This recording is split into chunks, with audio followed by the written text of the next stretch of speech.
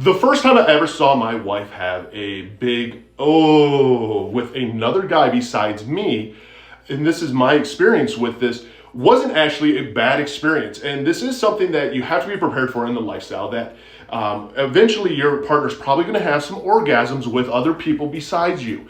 And one of the things is this, that it was funny when it happened, it caught me so off guard because my wife isn't sometimes the easiest. She has to really be in the mood, the zone, all that.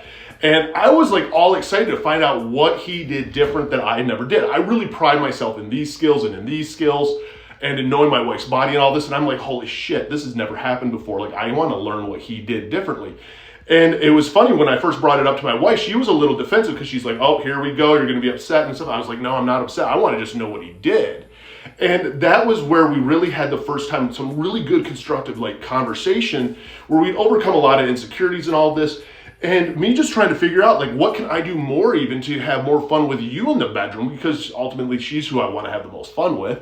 And it was funny because it actually had nothing to do with what the guy did. It just happened to do with the environment. It happened to do that I was with his wife in between, and she was grabbing my wife was grabbing my head while I was doing it. And she was like, just all the hands and just everything, the sounds. She's like, man, it just did it for me. And that's the thing is sometimes we get really defensive, and I have before in the past even, where like things will happen or sounds or moans or stuff, and you're just like, oh, and it hits a little bit of insecurities.